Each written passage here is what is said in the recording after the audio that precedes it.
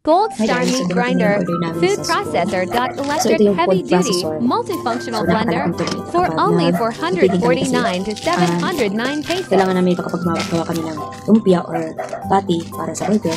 So hindi na namin kailangan mag-irait at magkuskus ng mga vegetable na kailangan kasi napakaliwas ito.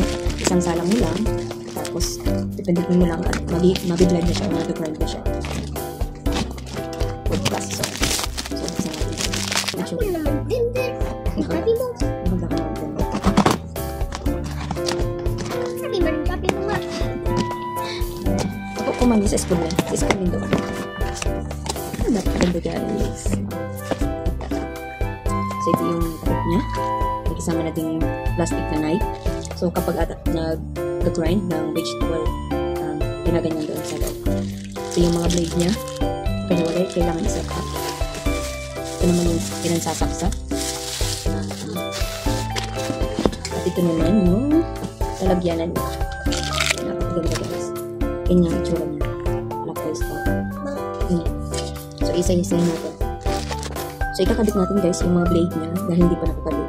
So ikakabit natin. Ganito siya ikinakabit guys. So may maliliit na tornilyo at ipapasok natin. Nasa ilalim pala.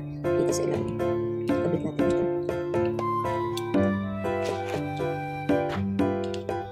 So ayan guys, naset up na siya.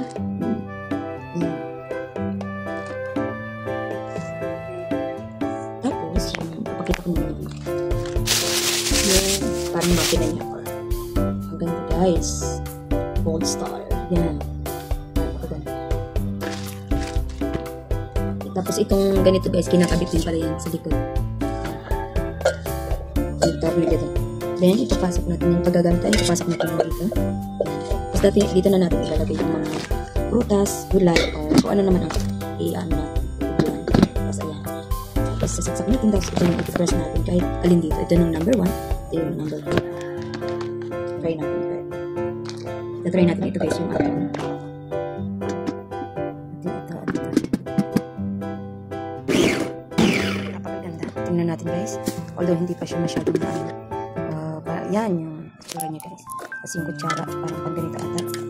Yan. Napakaganda. So kung gusto niyo ganito guys, check out nyo sa basket. So nabili ko ito ng 466. 3 liters na pala ito.